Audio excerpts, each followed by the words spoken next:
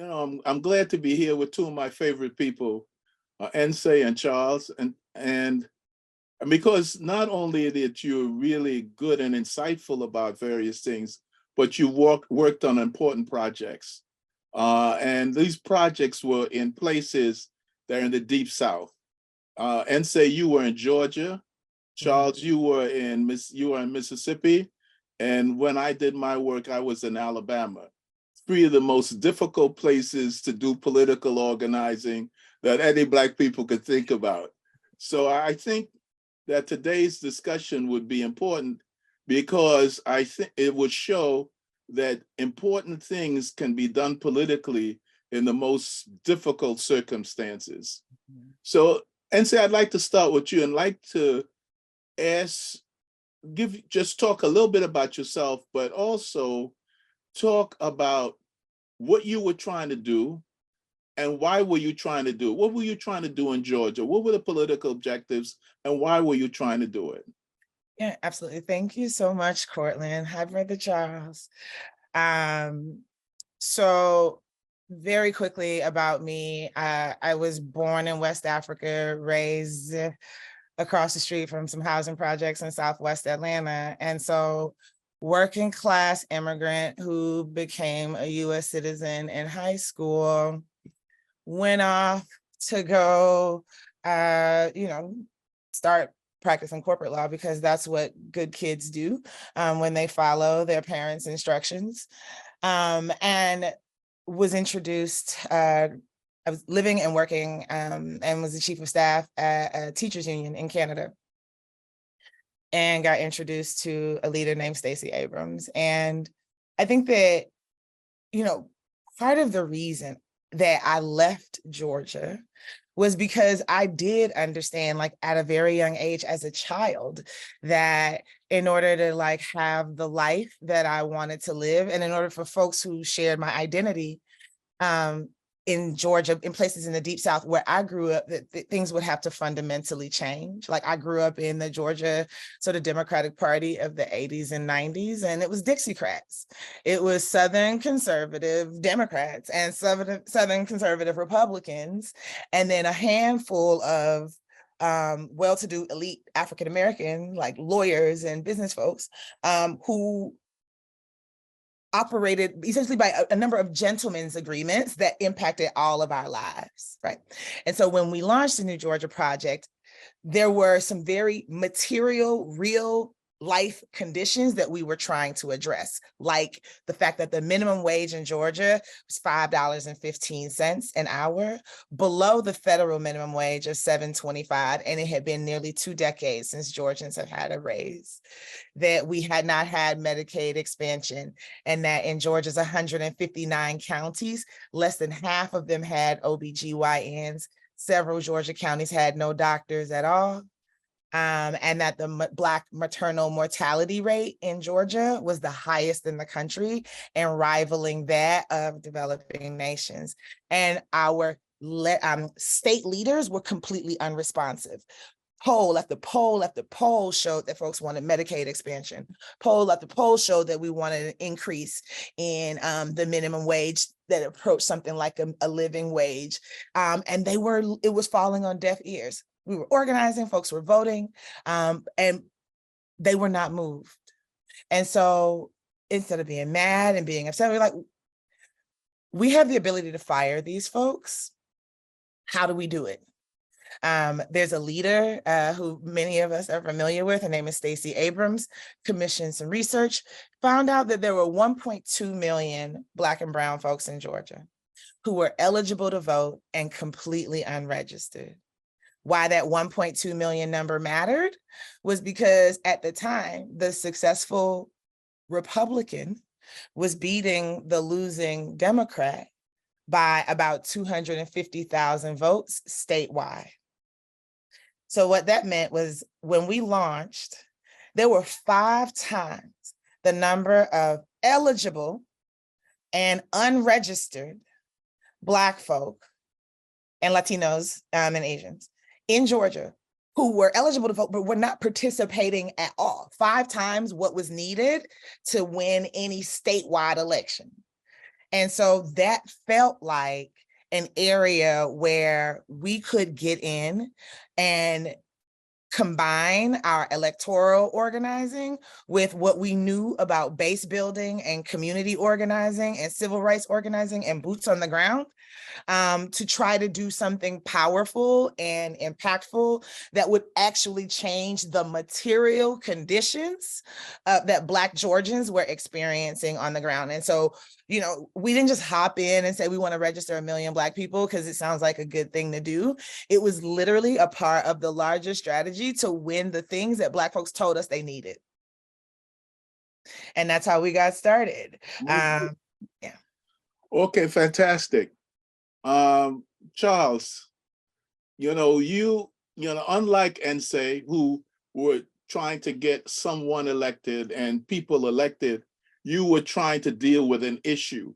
You were trying to deal in Mississippi. So introduce yourself, tell us what the issue was, and give a sense of why you were trying to do that. Thank you so much. Happy to be here and just excited to be in conversation with you and say, I tell you, we've learned a lot from Georgia, and we continue to appreciate folks like NSA champion places like Georgia, because, what happens in Georgia has effects on Mississippi. And I think, the recent successes that we've seen in Georgia has had the effect in Mississippi, where people are beginning to ask the right questions. And so, as we think about the Mississippi Ballot Initiative, which was in 2015, that conversation starts a few years before that. Derek Johnson, who's now, the national president CEO of the NAACP, at the time was the state president of NAACP and executive director of One Voice. He had met with folks like Anthony Thigpen from California Cause years before, and discussed how do we move the needle when it comes to Black and brown voters in Mississippi. How do we get people to go to the polls? And so what Anthony and others were able to find out in California is that happened through issues.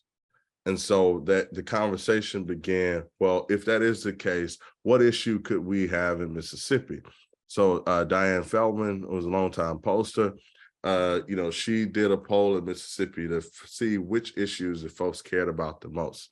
And then, so when we looked at it, education was at the top of the list. And so then it became a question of, could we develop could we raise the resources in order to have a campaign around this?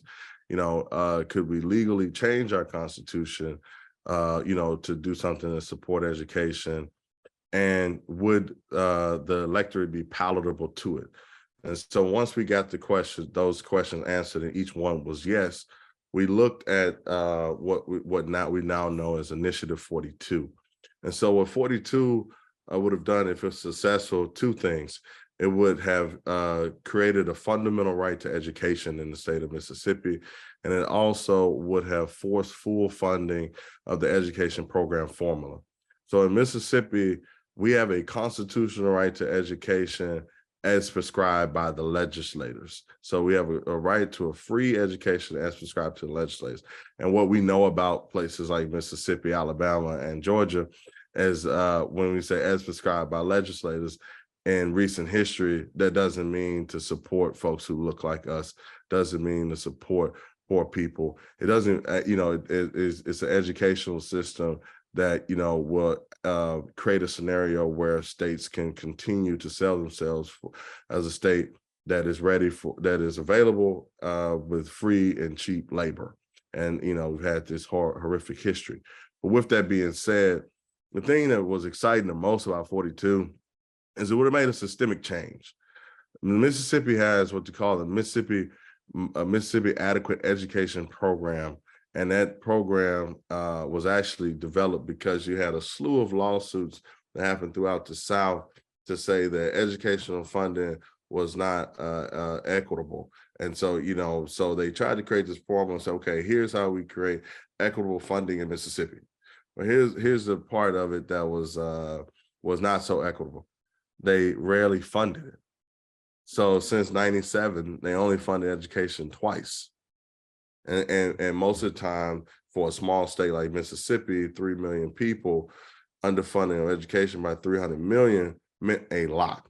And then if you went to it and you look at certain districts, you say, okay, well, why is this suburban district an A school district? And why is this other district, maybe in the Mississippi Delta, a C or D or F school district? And a lot of times it end up being funding.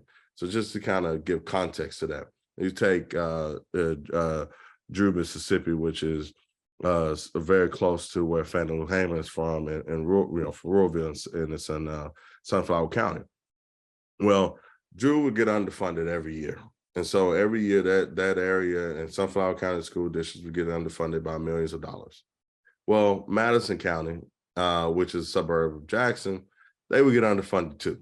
But here's the difference. And this is not an exact scenario, but just for context.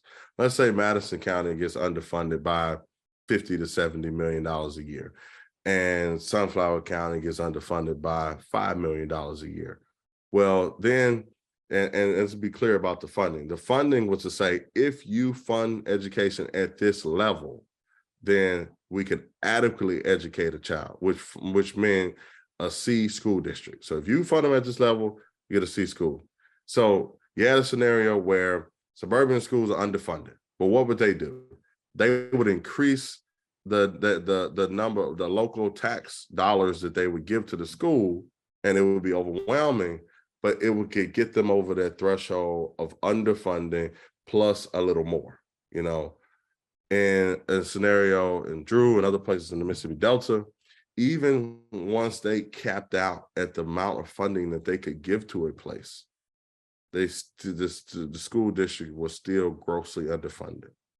And so this was the issue that we were trying to resolve ultimately, is how can we create a systemic solution to this underfunding problem that the state of Mississippi has created.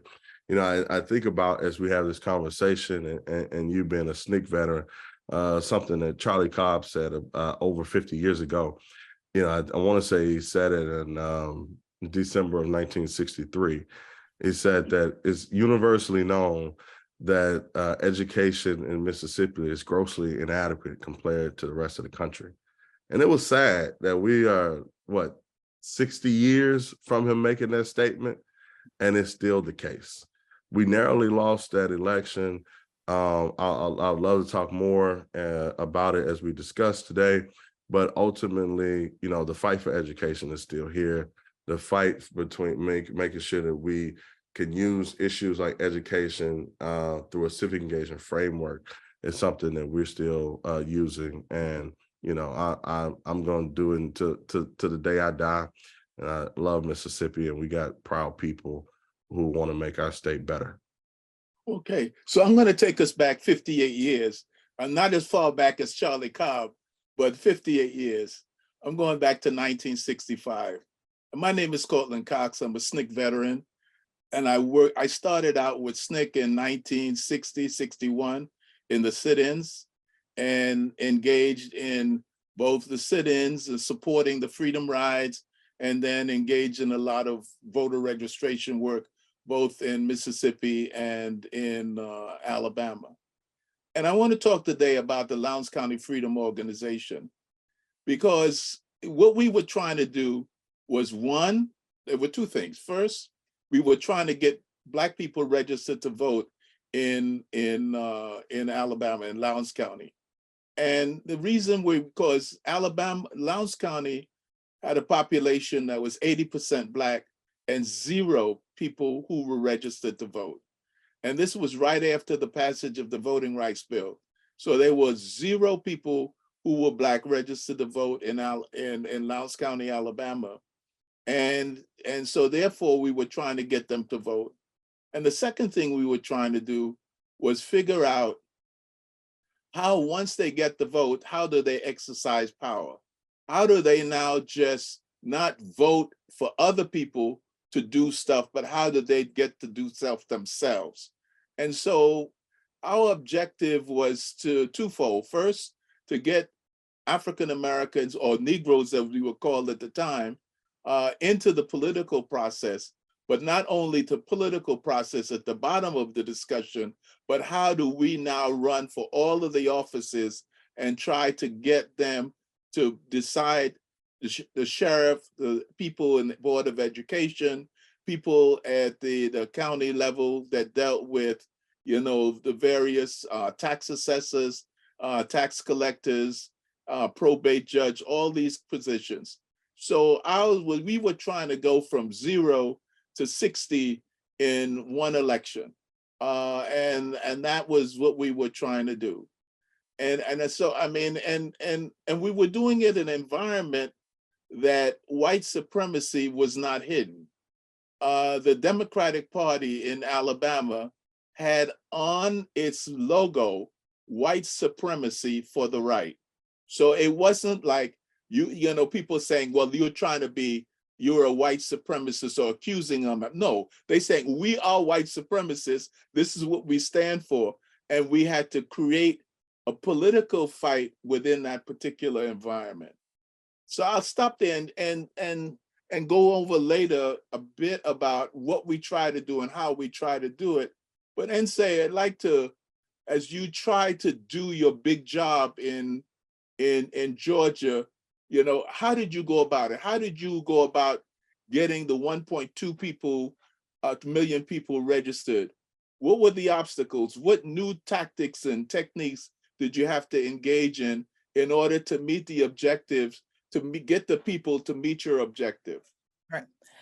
Well, what's funny is, I mean, yes, and I'm happy to talk about the technology that we built, the apps, the video games, and all of that.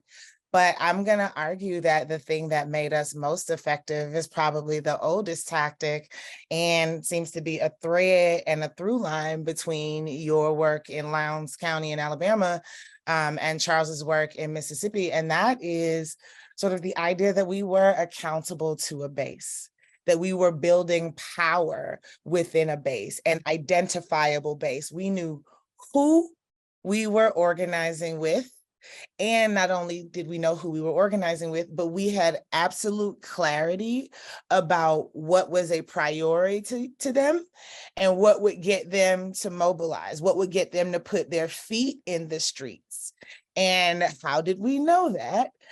Because the way that we trained our organizers is that you have twice as many ears as you do mouths, and that we should be listening. And so at the core of the work at the New Georgia Project was a very aggressive and a very robust research and technology agenda. And here's why. One, we know that we needed to scale big. The organizing mantra is you go to where the people are, right? And if we're trying to register young people, if we're trying to register folks who are doing and living life today, you must have a digital strategy, right? Like there was a time where it just meant, you know, being at the right bus stops, being at the right malls, being at the right like outdoor festivals, being at the right churches, being on the right college campuses. But meeting people where they are has broadened in the world that we live in now. And so getting smart about social media and just felt important. And it was not just so that we could make cool Facebook ads or cool Instagram ads. It was so that we could continue to listen, because people are going to tell you what their hopes are, what their ambitions are, what their fears are, and again, what they are willing to take action on. And so I think the thing that helped us win, the thing that helped us we were able to demonstrate not just that we had the same identities as the communities that we were organizing with. And therefore, we demonstrated our expertise based off of our research. And research as formal, as informal as making sure that anybody that we asked to register to vote, if they told us no, we asked why and captured that information. Anybody who told us yes, and we were able to register them, we asked for their phone number and their email address so that we can make sure that they stayed on the voter rolls, because giving people a heads up that Georgia was on some funny business, right? I think that we also, and people, I don't know why we don't talk more about this, but we raised an extraordinary amount of money in order to do this work, that I was able to professionalize our operation. I'm, born in Africa, raised outside of the projects in Atlanta, and cared about politics for a really long time. I was the annoying high school student that wanted to volunteer in everybody's campaign. Let me carry your sign, right? And people would be like, get out of here, little girl. But I was following these campaigns. I cared very deeply, but it was civil rights leaders and pastors and lawyers and conservative Democrats. And then this little African girl that's running around trying to get involved. And so what I knew then was that there were going to be a lot of people who were claiming to register Black people, that there were going to be a lot, that what we were doing was intervening and upsetting the status quo, that we were going to find voter suppression, and that we were going to have a legal strategy. And fourthly, that ideologically, they could disagree with what we were doing, but they would never be able to stop it. That the thing that they were going to be able to try to use to stop it was to claim that we were doing something funny with the money, that we were, not run well, that we were not compliant with all the laws of the land. And so making sure that we had a professional staff, making sure that we built the hard skills of our staff, but also making sure that we were able to recruit people who shared our values and came from the communities that we were organizing with, right? And then went out to donors and said that this is not a regular campaign job, that it's not the grand opening, grand closing, and we're not going to pay people $10 an hour to knock on doors, that we're going to do this and do this well. That means we're going to pay people a salary. That means that we're going to have a 401k and a retirement plan for our organizers, which means that NGP is going to have a professional development budget, so that our comms people, even if they come out of the traditional press world and they are a beast at writing press releases, that we can help them transition or build their skill set so that they can help us make TikToks, right? And help us make tweets, that we are not leaving our people behind, that we are developing the skills that we need to run and win the campaigns of the future. And so we couldn't find that money in Georgia, though. I don't know if that will shock anybody. That money did not come from Georgia. And what it meant was being on the road a lot, spreading the gospel and spreading the good news about the possibility of a new map, that talking to national Democrats who have more money than sense, just keeping it real, and selling them on the idea that with the way that white supremacists and white Christian nationalism is taking a hold in Ohio and Michigan, that they're going to have to look at a new electoral map if they're thinking about trying to capture the White House in 2016 at the time, and 2020. And that they need to be thinking seriously about the South, because that is where their base is, and Georgia's the tip of the spear. We didn't have no proof of concept, but we had our data, and we had a plan, and we got people to invest in that plan in a real way. What kind of money, what would you say was the money dollar amount that you had to raise to do what you're trying to do? I mean, I would say that over the 9 years where I was in charge of the New Georgia Project, that we probably came close to raising about $90 million to do the work of the New Georgia Project. And it still didn't give America its first Black woman governor. It did a lot of things, right? We fired Trump. We gave the country, Georgia, its first Black U.S. senator in Reverend Warnock, its first Jewish senator with Ossoff. And it's particularly remarkable about Ossoff is that we elected him when he was 33 years old to the United States Senate, at a time where the majority of the Senate was born before there were even 50 states. And so as we're thinking about climate change, as we're thinking about the future of work, as we're thinking about the future of money and the economy and what that means, having a millennial in the Senate a millennial won, Georgia did that, right? And particularly Black voters in Georgia did that. And so I am proud of what we raised, and it wasn't nearly enough, given the context in which we were doing our work. I mean, folks will be reminded that the Senate races, the Senate runoffs, were the most expensive congressional races in the history of American politics. $1 billion was raised and spent in the Ossoff and Warnock races. And I will also remind people that that runoff was 9 weeks long. So, I mean, you think about the 90, almost 100 million that I raised over 9 years to do the work of the New Georgia Project.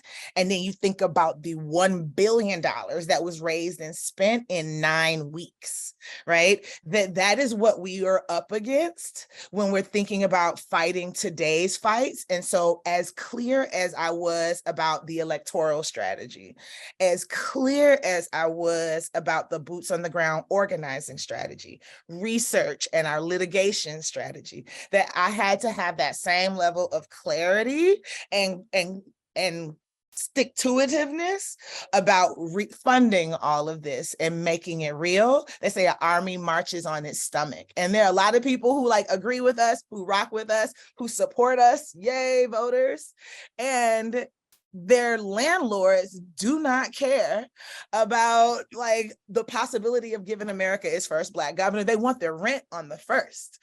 And I needed to make sure that our folks could pay their rent on the first so that they could get out here and we could make history. And I needed money to do that. Okay. So Charles, all the things that NSA just talked about, you had to deal with and think about, in addition to the question of how do you get enough whites in Mississippi to support your program. So tell us a bit about what you had to do in addition to the question of involving the white community. Absolutely. It's kind of interesting because NSA was talking about getting the money outside of the state. And that's true for Mississippi, especially. I think that we are very close to a fulcrum moment in Mississippi, this tipping point. And, folks like our former governor, Haley Barbour, recognized that 20 years ago and has done everything he could to eliminate the white Democrat. He recognized at that time that Black voters were going to stand to their values. It didn't matter. You couldn't trick them. You couldn't pay them. They were going to be principled in their vote. But you had white voters, you had this fleeting white Democrat. And he said, okay, I can drive that point home. I can functionally eliminate you and make voting in Mississippi polarizing, racialized, et cetera. And so with that, we were bumping up against that with Initiative 42. The first time in Mississippi's history that we had more voters in the Republican primary than the Democratic primary actually was in 2019. And, people thought that was to be shocking, but in many areas in Mississippi, because as you know, there was a one-party state, Black people integrated to the Democratic Party, white folks moved over to the Republican Party in droves, but there were certain places where they would still consider themselves Democrat. Most of them would probably identify as a Dixiecrat. But nevertheless, you had some crossover on an issue or a candidate every now and then. And, that same election of 2015, we saw that as we were trying to create a united front, there's what they call it, the big tent or whatever, I forgot the expression. You had the first time people really felt it, like, oh, wow, this is being solidified. And so, the campaign was interesting. It was the first time that I can say that you have Black and white folks that come together on a campaign. And it was tricky, as we would have conversations around engaging Black voters, conversations around engaging white voters. The frustration points were a couple. I'll speak freely here. We need more people, particularly white people in the South, to stop trying to organize in Black communities, organize in their own.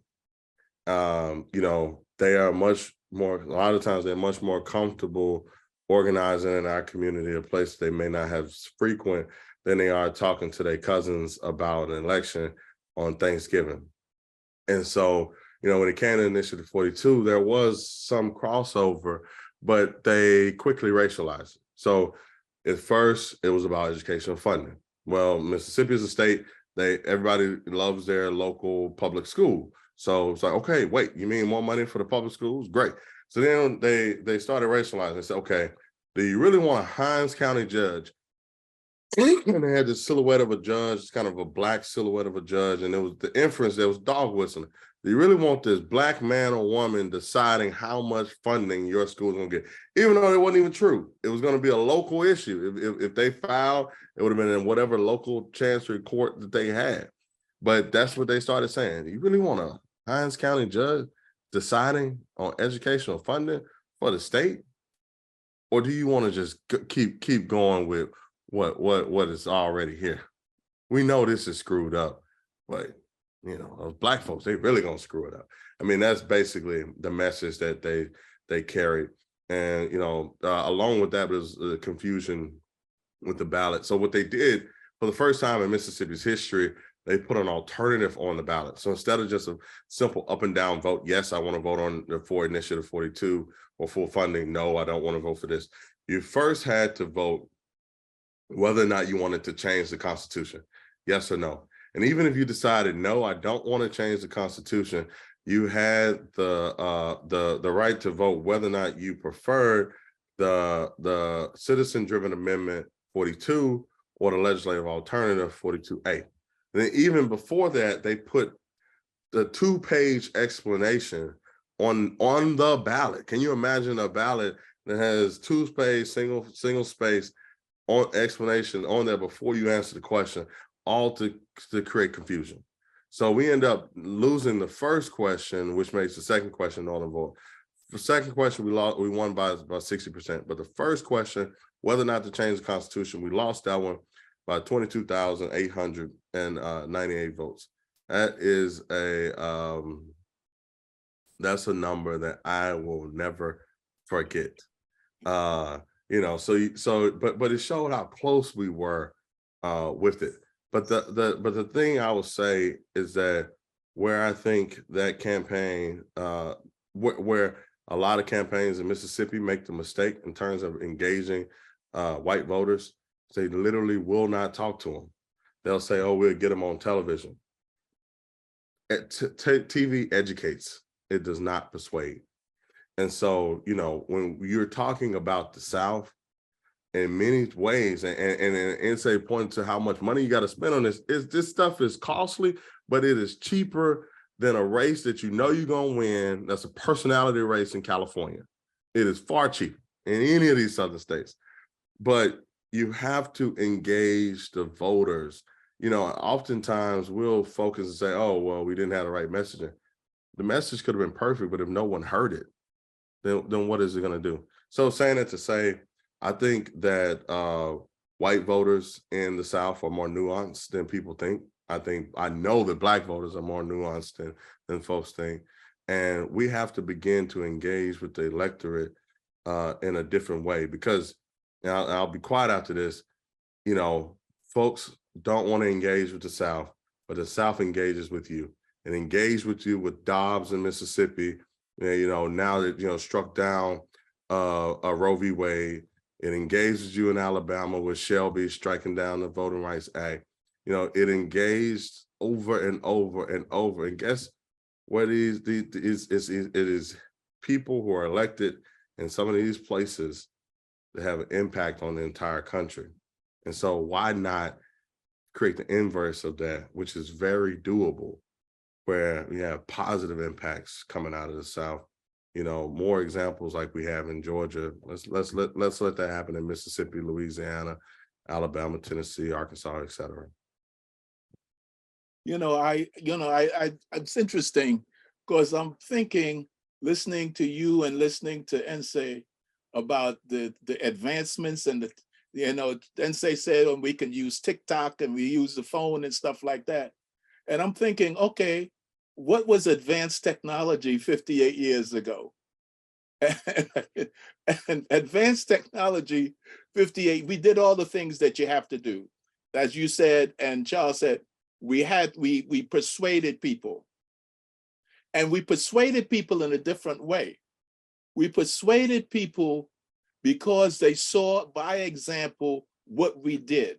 So we lived in the county with them and faced the dangers that they face. Because right now, we faced violence as a matter of fact. I mean, it was like, guns were all over and we faced violence. So if we were prepared to listen, to live in that situation, it was very important that they see that we lived their life, not only lived their life in terms of violence, but lived their life in terms of the food they ate, lived their life in terms of the housing conditions that they lived in.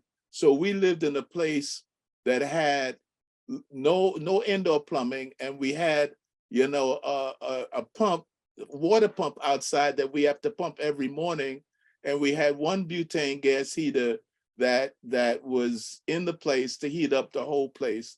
And there was a hole in the roof, but other than that, we were good. So, but what was important in terms of persuasion was that you were there and you lived their life.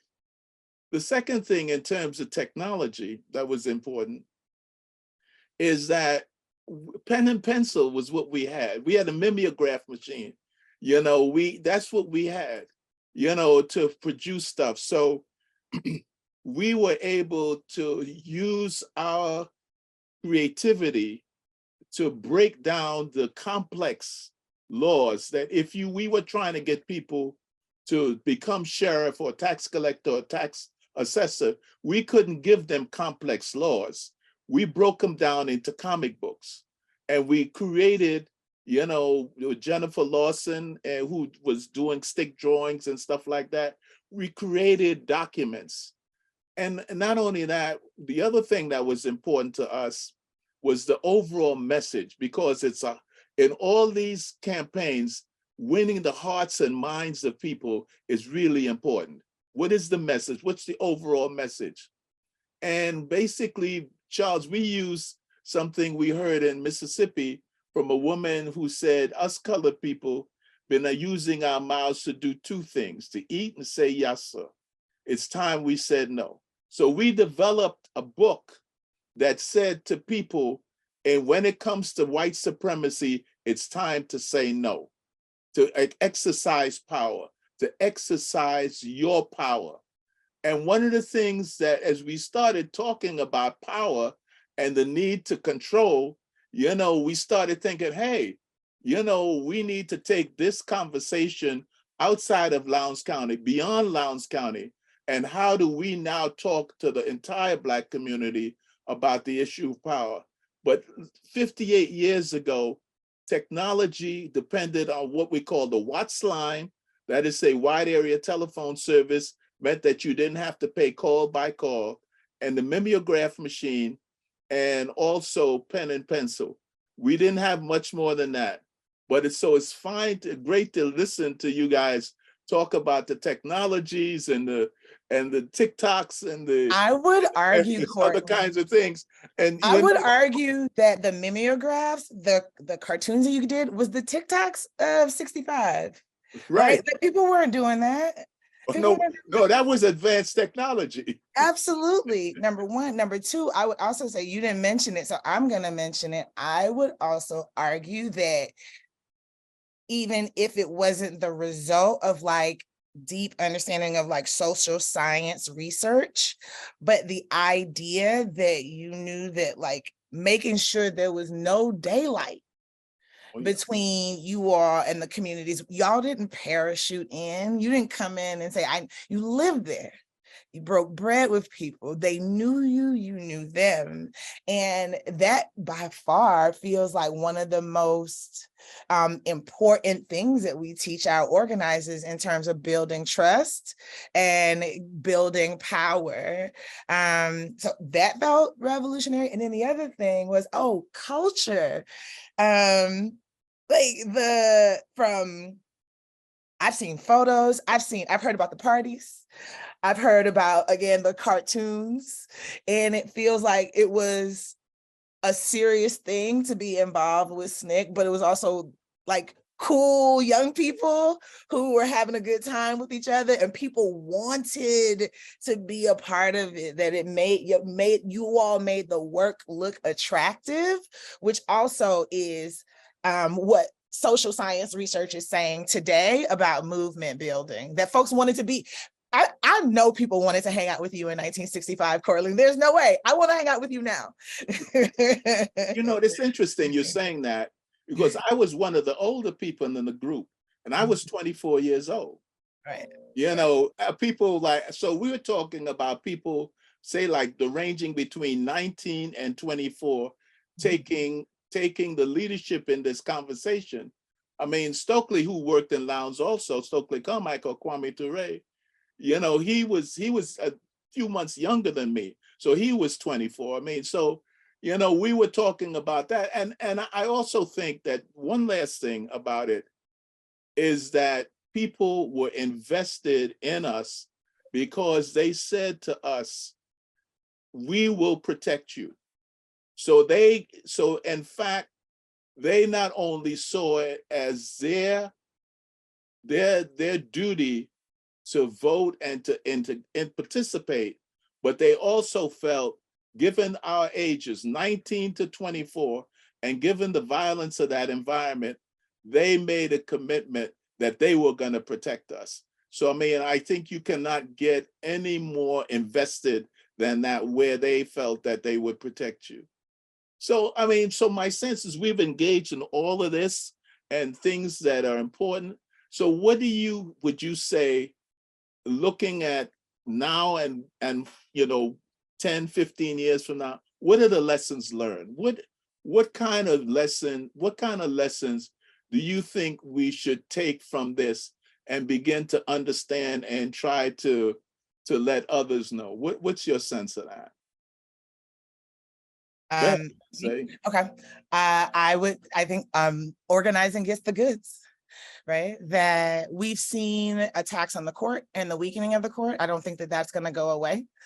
We've seen the limitations of electing people. I mean, we can talk about my frustration after we've elected Senator Warnock, the pastor at Ebenezer. There was Martin Luther King Jr., two other dudes in Warnock. And, Ebenezer's tagline is America's Civil Rights Church. And it has not resulted in the things that we wanted to see as quickly as we would like to see because of the limitations of that body, right? And so organizing gets the goods. There's no way around keeping the people confident, informed, and active in defense of and in pursuit of the things that we want, that the courts are going to fail us, elected officials are going to fail us, that, disinformation and misinformation, sometimes it's super effective, sometimes it's not, but that organizing will always get the goods, and that we make sure that there's no daylight between us and the people, and that is how we get from one fight to the next and move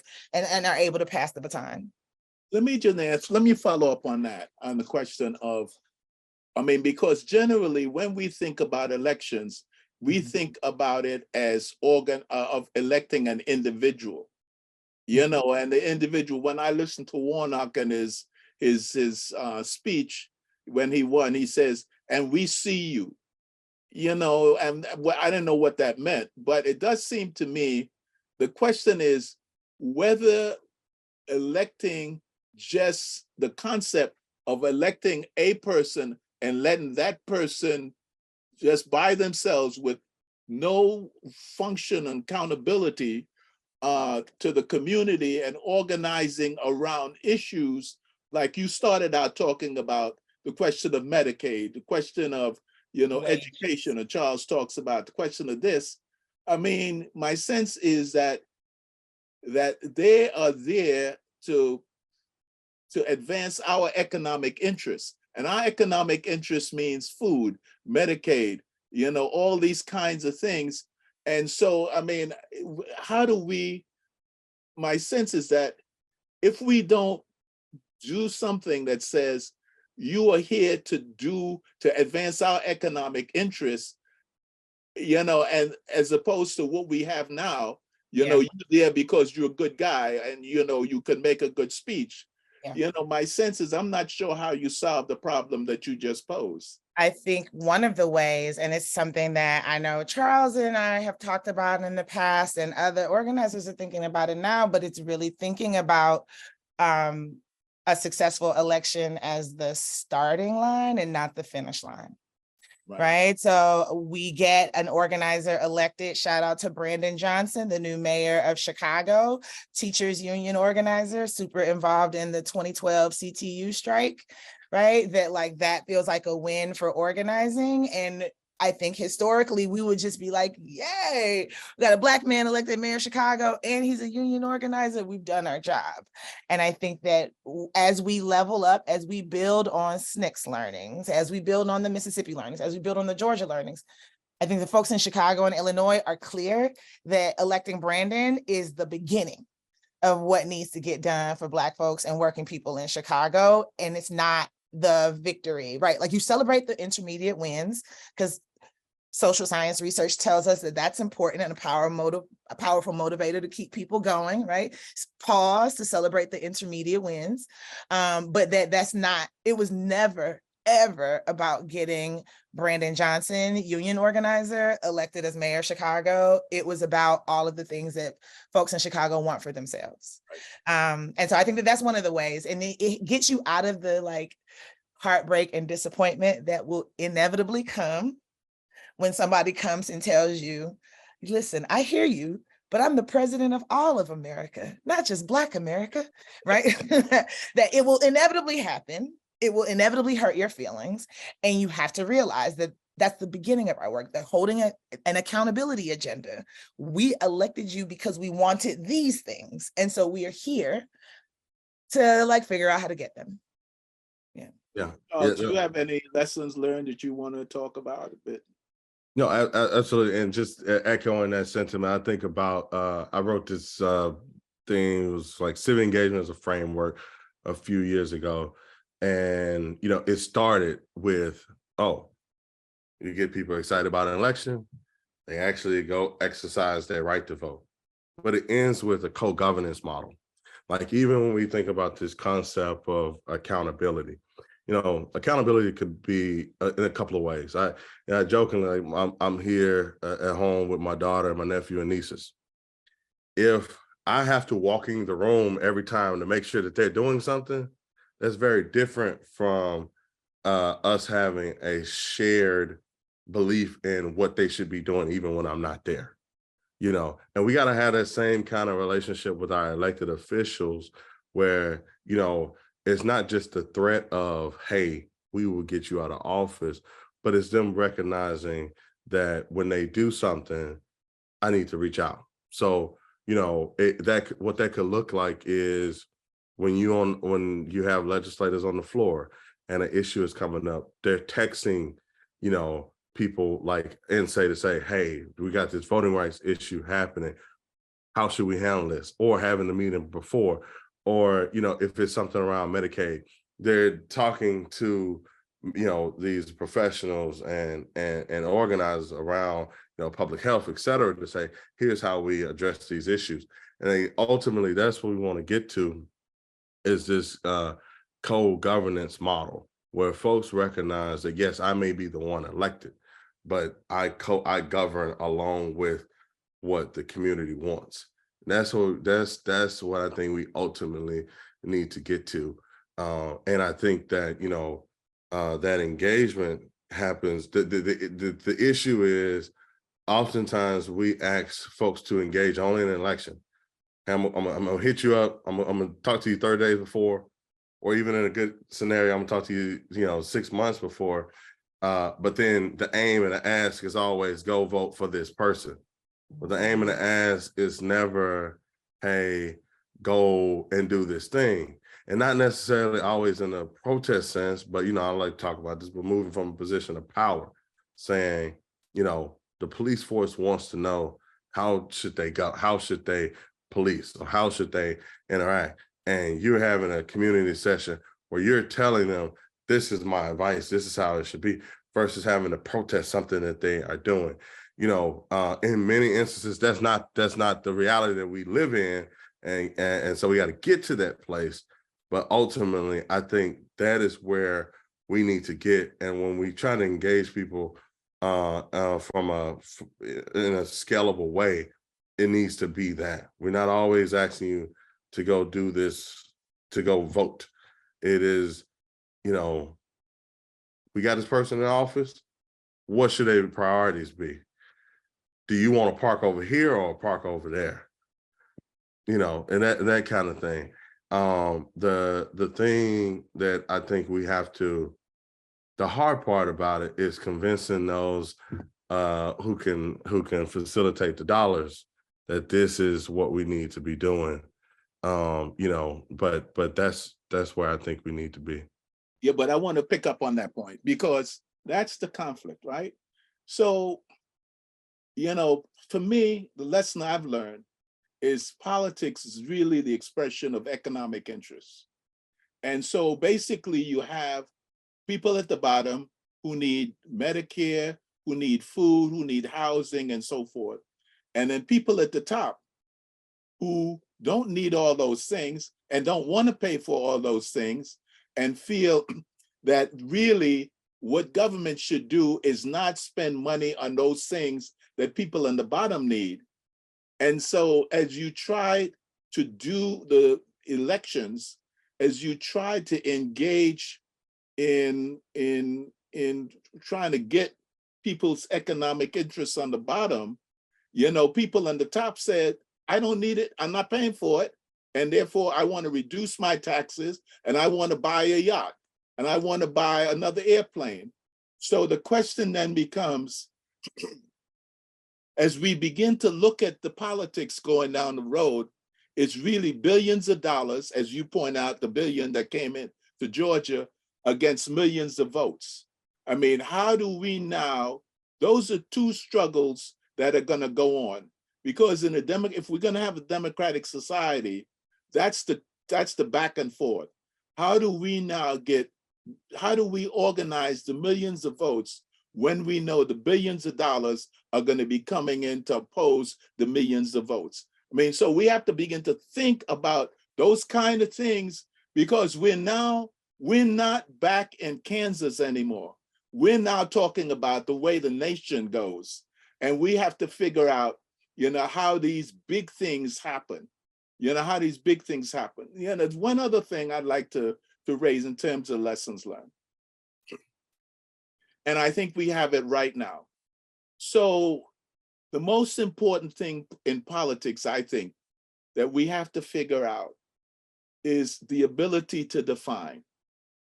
And when we look at what's happening in America now, there's one group, what happened in Tennessee yesterday? In that thing, the Speaker of the House of Tennessee said the young people coming into the chamber to talk about the murders of 6 people later, a week earlier, was an insurrection that was worse than January 6th. So he put that out, and put that out there. And the reality is, so they created, as Kellyanne Conway would say, an alternative fact, alternative reality. And we say, no, these gun things have to stop because young children are scared to go to school. So whose definition will prevail is a big discussion. We now we can't have a situation. What we have to engage in is the worldview about what's happening in America, not a specific incident by incident by incident by incident. I mean, when people don't understand about Trump and all the rest of the MAGites is that they are trying to establish a worldview. So they don't care about the specifics. So we now have a fight for our lives, for the hearts and minds of America. Because that is what, Charles said, what happens in Mississippi impacts Wisconsin. What happens in Wisconsin impacts Mississippi. So we now have to begin to think through how we now create a critical mass that is able to fight for the hearts and minds of America. Whether it's around, I think hopefully the question of abortion is one thing that is a big platform, question of guns, but what is the infrastructure that begins to make the fight? So I think that's something we have to learn. The other thing that I think we have to learn and have to be very serious about is that we cannot, if to the extent that's possible, we can never allow those people who want to hurt us to hold political office. We cannot allow them to open. And what is it we need to do to make sure that happens? So to me, there are two big things that we have to wrestle with. The first is how do millions of votes fight billions of dollars? One. Two, how do we now begin to define a reality that allows us to make sure that people who want to hurt us are never elected to political office? And it seems to me those things, I don't even think we have given ourselves permission to think at that level. But now we have to give ourselves permission to think at a level about being in charge and being in control. Because we got to move from the protest mindset to the power mindset. And that to me is, as I think about lessons learned, but go ahead and say you made. Yeah, I think it's, one, I think it's consistency, right? Like the idea that not only do we need to win things, but then we need to defend those wins beyond one election cycle. Mm-hmm. And so this is how we govern. This is how we lead. This is how we get stuff done. I think changing the culture of elections feels really important. I think two, being real clear, the enemies of progress have always had more money than us. This ain't new. We've never been able to compete dollar for dollar, ever, right? Like ever. And the handful of times when we did have more money, Hillary Clinton raised more money than Donald Trump. Right. Mm-hmm. So again, our power, we need money. Super clear about that. But our power is in the ability to move people. It's people power. And so really the discipline that it takes to know and make sure that we not leaving our people, right? That one, I think two, again, you can have the most bespoke suit and deliver the best, most inspirational rhetoric. Mm-hmm. And it's not going to equate to a win. That we have to be powerful enough to stop the bad things from happening. Our courts have been hijacked. We have a rogue Supreme Court. I was preparing a couple of months ago to our 50th anniversary Roe versus Wade, doing research on what role Black women played in getting Roe passed, right? All of that, gone. It's no longer the law of the land. We have a rogue Supreme Court that took 49 years of legal precedent and got rid of it under the weakest, thinnest of pretexts. Yesterday, they expelled two state representatives, newly elected state representatives, both named Justin, who were standing with young people and students after a school shooting in Nashville, Tennessee.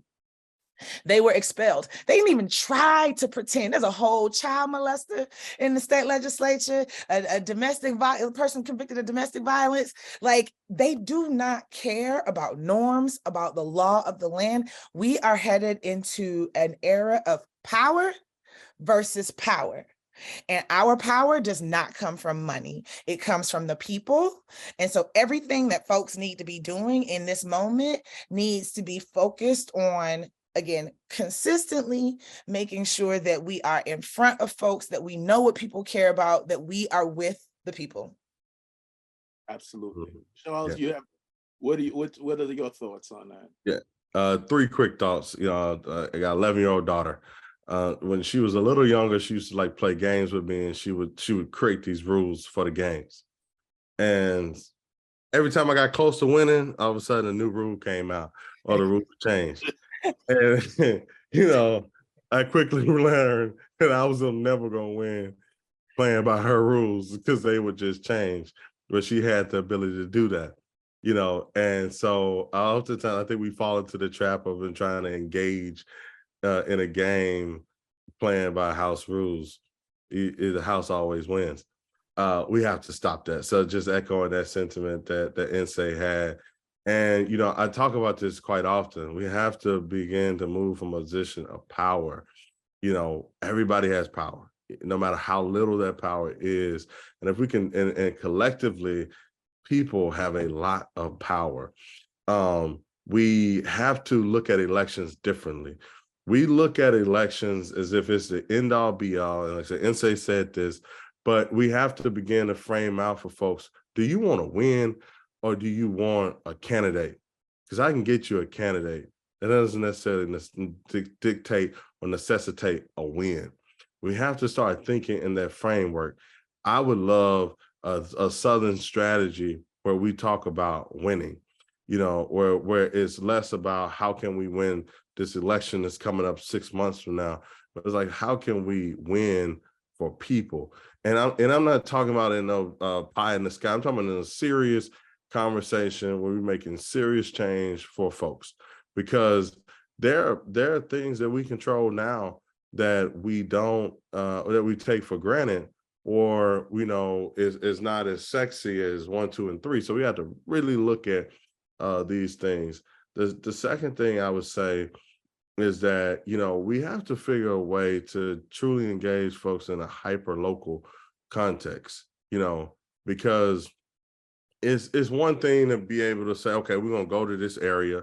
And as we go to this area, here are the folks that's going to engage with us, and we just got to have them. And it's like, it don't quite work like that.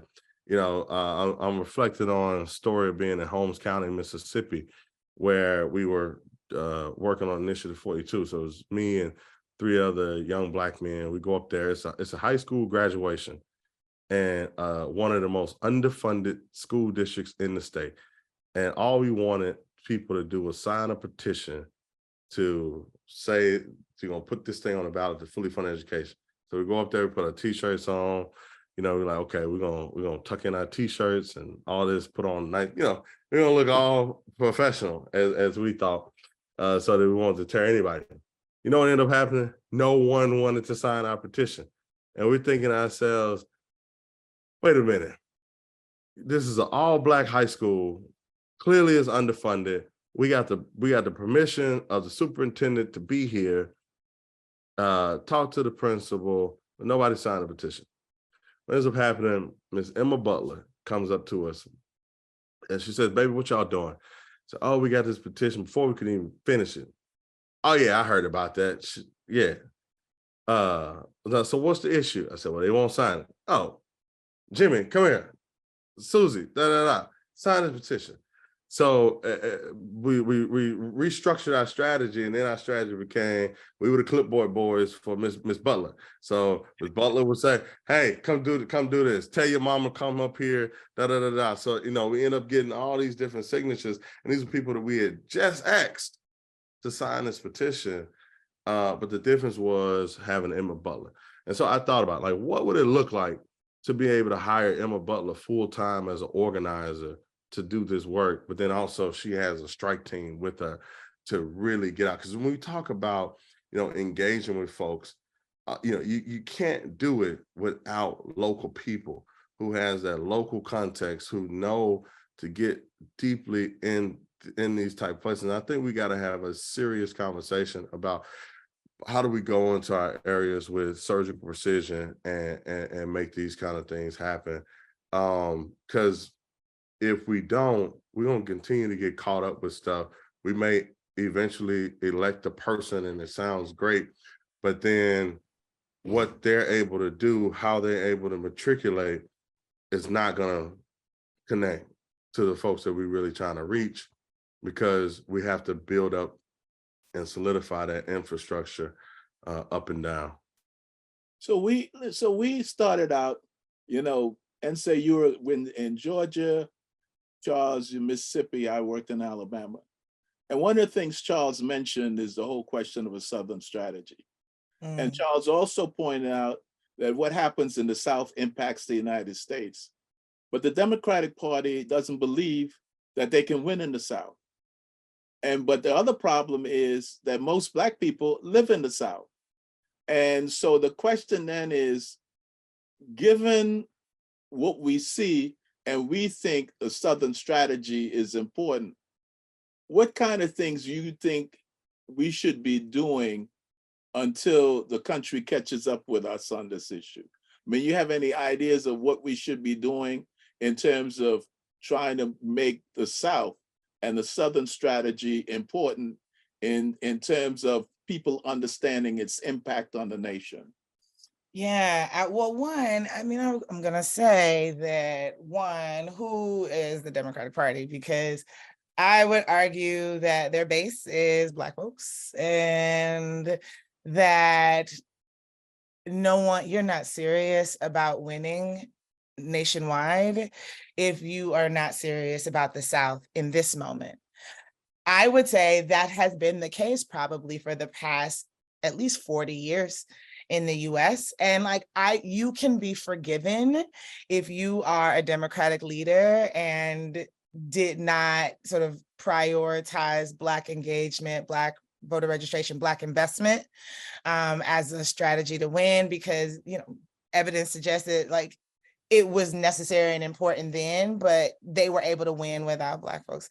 There is no way there's no map that exists and there's no path to victory for Democrats without the centering. And I'm not talking about an increased investment. I'm talking about the centering of Black American voters, full stop, period, point blank. And the easiest way for me to know whether or not I should take you seriously is whether or not you have any analysis about the South and how important it is for the future of American politics. I think that is, and so we all need to have that level of clarity as we are talking about what the Democratic Party is and what direction that they move in going forward. I also think that to the extent that there are people who are willing and able to make interventions within the Republican Party, that needs to be a part of the strategy as well. I'm not saying I want to hold that piece of the strategy. Somebody got it. It ain't got to be me, but somebody has it. That there are Black Republicans, right? And they might not need we may not need them to vote with us, but if you are advocating for a Black agenda within the party in the ways that you see fit, sure. Right. I think three, that there are, this country is far too big for two political parties. And so I am actually encouraged and attracted and interested in doing more research with the Working Families Party and trying to understand, and the Green Party and libertarians. I don't fully understand their ideology. I feel like they're just diet Republicans, or Republicans who are embarrassed by the racism of the GOP platform. And so, what does it mean to have more parties? I mean, we're a nation of 300+ million people. To have two political parties, our neighbors to the north, Canada, there are more people who live in California than who live in Canada. There are more people who live in Texas than who live in Canada. And Canada has 5, 6 major parties that are represented in its parliament, right? And on municipal levels. And so exploring that, I feel like Ice Cube and Diddy were talking about a Black party. I'm gonna leave that there, but there are I think there needs to be serious conversation, because we talk about voters and we talk about candidates and we talk about elected officials all the time. I think that parties are an important piece of the infrastructure for organizers to be thinking about as a vehicle for us to build power and to contest for power. And I feel like we don't do enough talking about parties as a piece of the infrastructure. So I feel like that's going to be important in the future too. Charles? Yeah, three things I wrote it down because I don't want to forget it. I'm glad you asked that question, because what I wanted to talk about before was, this notion of supporting the South. The reality of it is, people say they want the map to change, but they don't want the consequence of that change. Because if you support the South, that means supporting Black and brown people. That means supporting Black and brown leadership. And you have folks who are not ready for this. And what's so funny about it is this book has already been written. If we look at Reconstruction and, the era post-Reconstruction, it is the exact same thing happening now. You got folks that's like, well, I don't know. The South is a thing. We're going to let it just be over there by itself. And then 10 years later, the South has taken over your whole country, and you're like, where do we go from here? How did this happen? Oh, maybe we should have listened to those Black folks in Mississippi and Georgia and Louisiana, Alabama, when they were telling us these things are threats and we should take it seriously, that we should engage in these fights. So, the reality is that the National Democratic Party has to stop this battleground concept. It is unsuccessful. Yeah, what's the point if you win? Let me be clear. You want to win the White House, but if you don't have a House and you don't have the Senate, then it doesn't mean as much. Imagine Biden's first 2 years with the Senate that he has now. It's a different reality for folks. There are people who will still be alive today that passed in them 2 years because of that, or passed in the 4 years of Trump. Literally, we're talking about lives. But, people have to be honest about that point, is that you're really going to have to support Black and brown folks. And I don't think everybody is truly ready for that conversation. They don't have to be. We're going to get ready for it.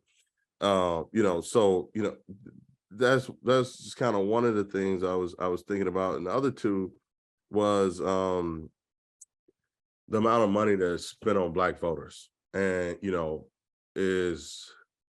I have been in campaign conversations where they said things like, we're going to spend $25 on every white voter we engage, and we're going to spend $2 on every Black voter. And then at the end of the campaign, when they lose, they blame Black voters. And it's like, okay, wait a minute. So let me break this down. 350,000 Black people voted for you. 50,000 white people voted for you. But it's a Black voter problem. And you spend $2 for every vote on this for the 350 and 25 for those 50,000 white votes that you got. It is a number conversation there. We gotta stop with that. We have to invest seriously in Black voters, but it ain't just, to NSA's point, it's not just about the dollars. It's about who has the power, who has the ability to make a decision on how these things go. What is it looking like? Who do we engage in this conversation? And whether that speaks to our organizations, our campaigns, et cetera. And then the last thing I want to do is talk about the parties. A lot of times we think about parties from this like national top-down structure, but their function bottom up, and there's engagement that doesn't happen with our political parties because we just assume that whoever is in control, those are folks in control. Prime example of that, I was a delegate in 2016 to the National Democratic Party for Hillary Clinton. And so as I was a delegate from Mississippi at large, this was my first time engaging with the party. And so Derek says, hey, you should try it. And I was like, okay, I'm trying. So nervously, I am couldn't sleep the night before because I'm going to my precinct caucus, and I've done a lot of work in Jackson and in Mississippi, but I hadn't been intimate, particularly in my precinct. So and I had a very active neighborhood association who was very political. So I'm just like, I know I'm gonna get there, and these people have picked who's gonna be the delegate 30 years ago, and they're just gonna be looking at me like, maybe next time, son. And so I get to the location, and the door is not open. It's the elementary school in my neighborhood. So I'm like, I'm at the wrong place. Finally, my state representative comes up, and he's like, hey, they just told me this morning I had to be here. And so we had 20 delegate slots. Ended up being 4 delegates from our precinct. My state rep, my ex-wife, because she just happened to drive with me in the car. She literally just was going with me. Otherwise, she wouldn't have been. Me and this gentleman just walked up. It was like, hey, you want to sign this? And so then get to the county level, same thing. Get to the congressional level, same thing. Get to the state level, same thing. And I realized in that moment, you could control the state party of Mississippi with about 3 months of organizing. And that's not necessarily the case for many things. But saying it to say, if there was a concerted effort to take over the party, you could. And I'm not saying that you have to do it in a compromising spirit. You could literally say, uncompromising, this is who I am. I am the antithesis of what this party is now. But because I show up, I'm going to change it. And, that probably is the case for the majority of the states that we live in. California, New York, maybe a little different situation. But in the majority of states, I would bet you that can happen. So saying it to say, I do agree with NSA that, we do have room for additional parties in this conversation. But I also want folks to know the structure and how the party exists now. What are their values? Who's at the table? That could easily change in 6 months of organizing type of situation. It could change.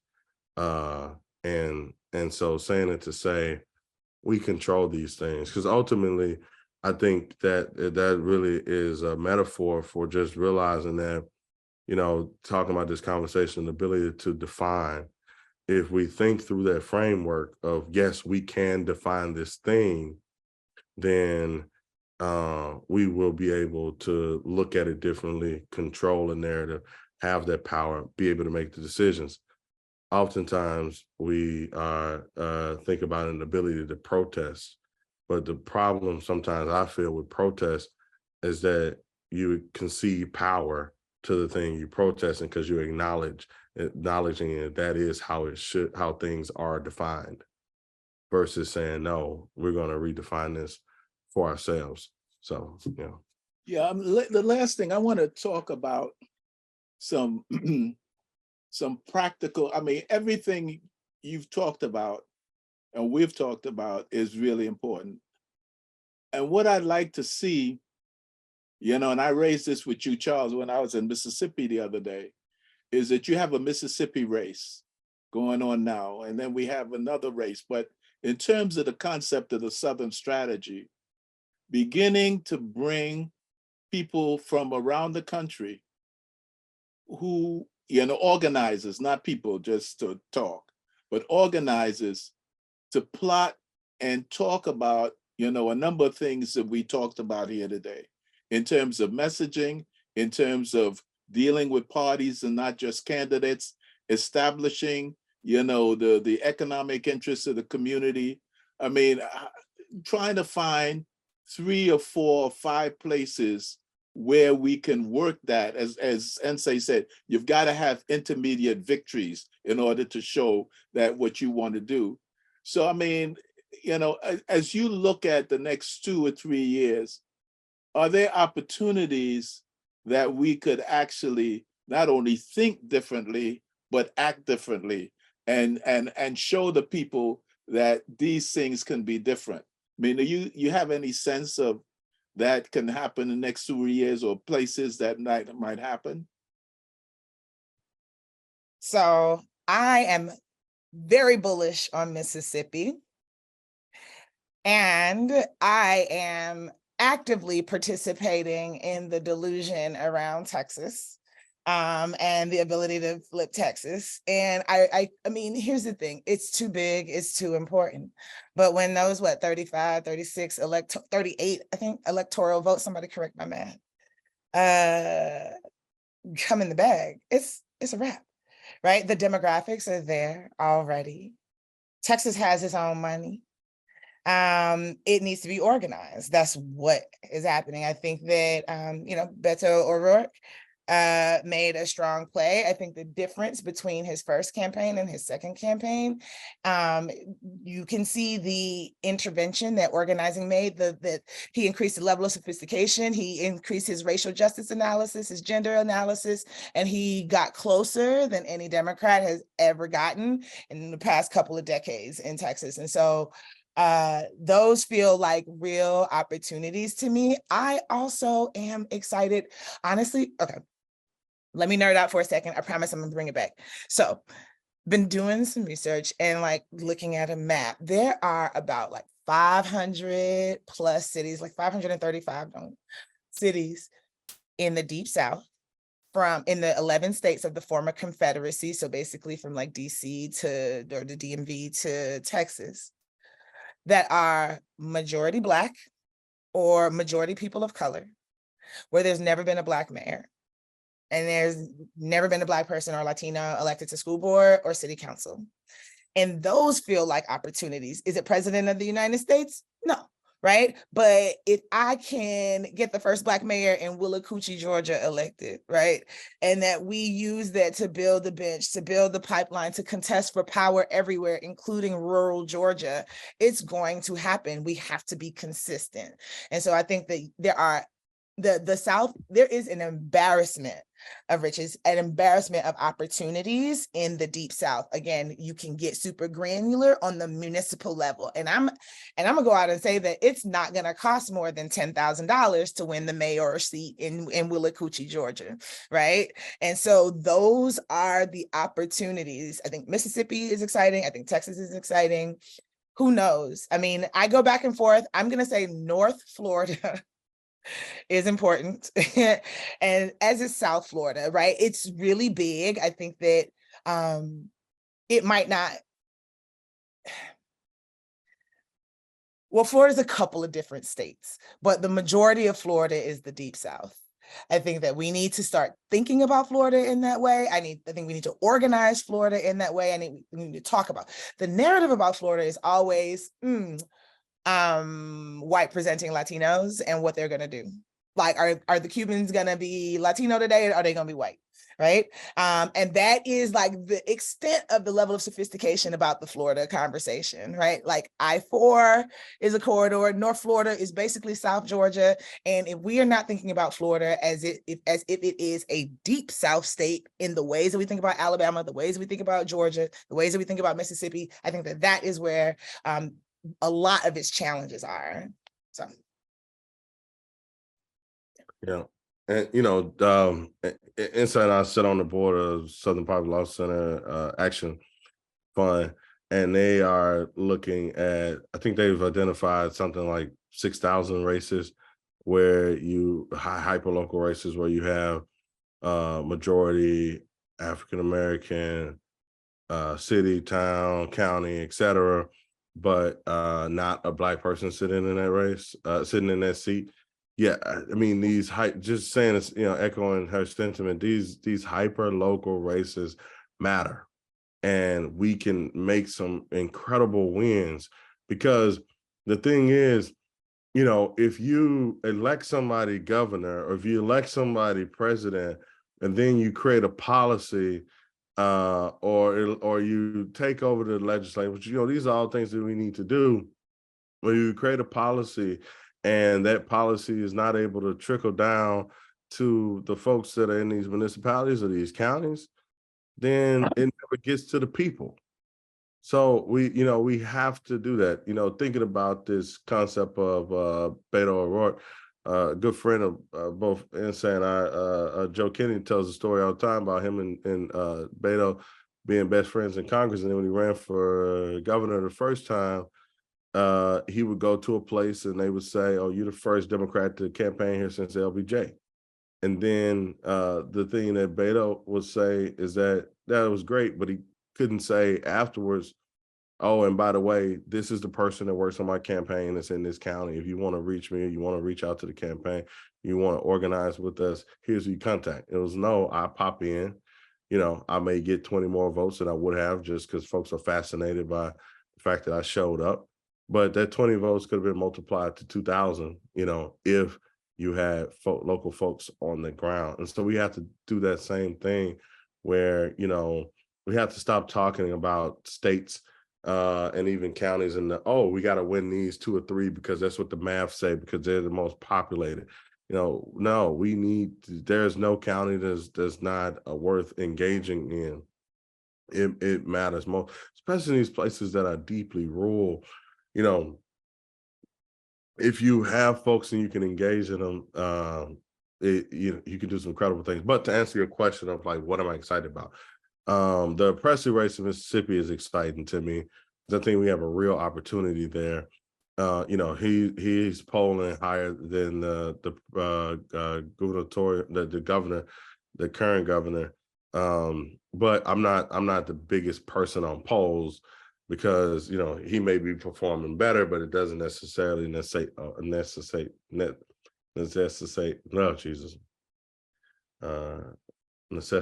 a win. But I think that's exciting. I'm excited for us to really look at these places. Like for me, it's going to always be Mississippi, but I think that this year we have opportunity to increase the number of Black elected officials. Mississippi has more Black elected officials than any other state in the country. If we look at our last few election cycles, we increased that by 10% in 2019. From 2015 to 2019, we increased about 14%. I think we probably may increase about another 10% this year. These are the opportunities that we have. And as we do that, it helps to lead to us getting to that fulcrum moment in Mississippi where we're able to tip the scales. I do think that we need to be engaging in redistricting conversations now, and throughout the South, because it is so gerrymandered, and it's to the point now where I don't know what we're gonna do about it, but we got to do something, because that's the other thing that is just really killing us is how these districts are shaped.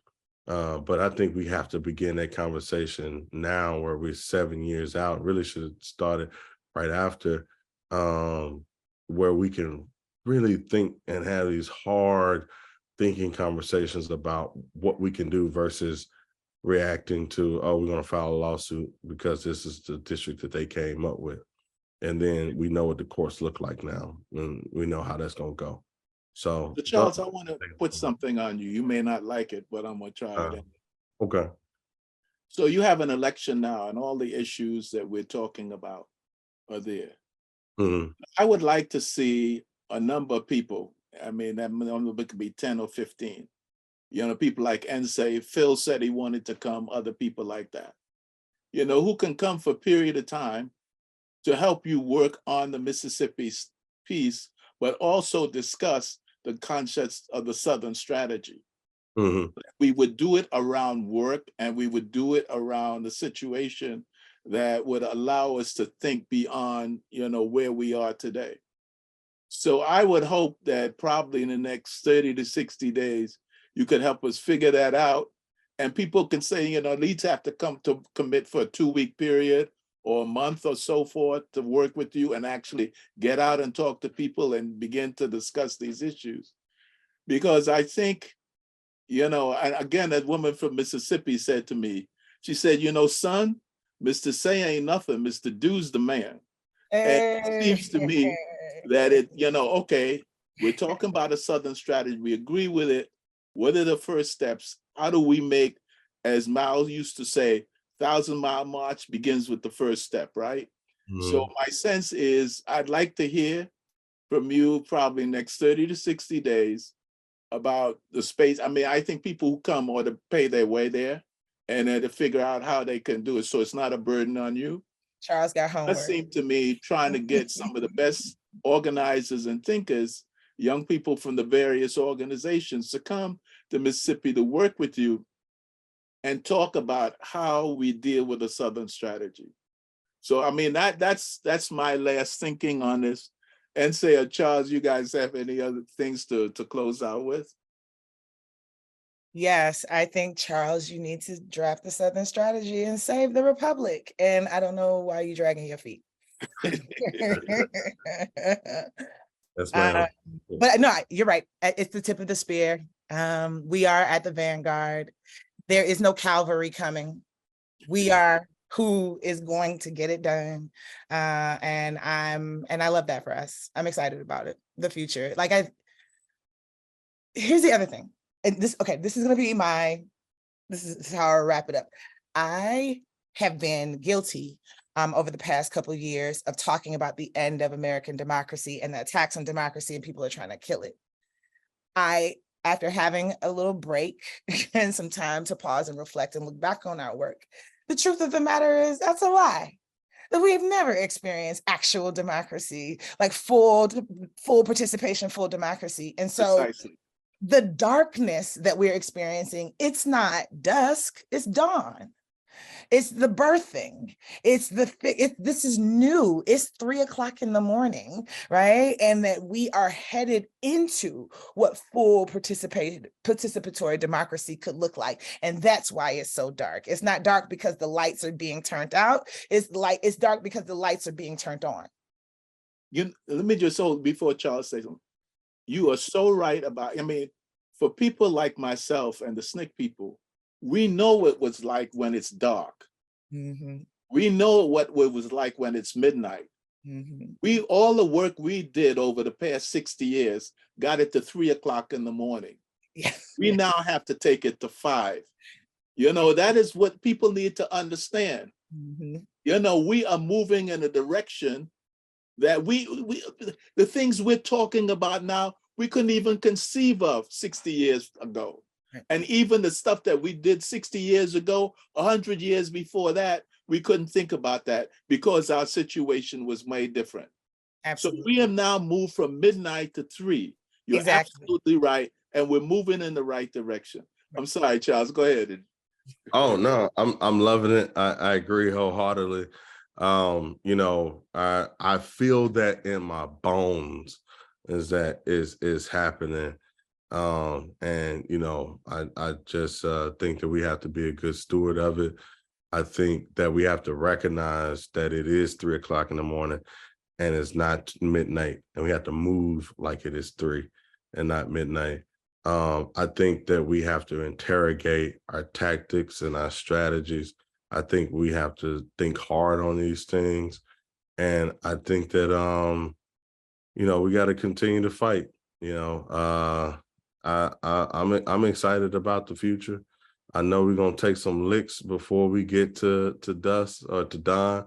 I mean, to dawn, but, I'm excited, and I think we got some good things happening. And I'm just happy to be in conversation with folks like you all. And Mississippi is my life passion. Well, I hope to see you down there in a few months.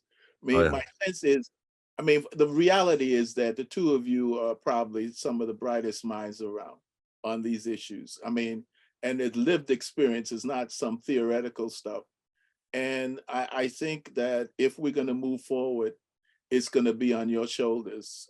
So, I'm looking forward to continuing the communications and the conversation, but also more important than that, continuing the work. So I want to thank both of you. And this has been really helpful. And I think that as we begin to think through the Southern strategy, I'm going to be looking to work with both of you. Thank you. Yeah.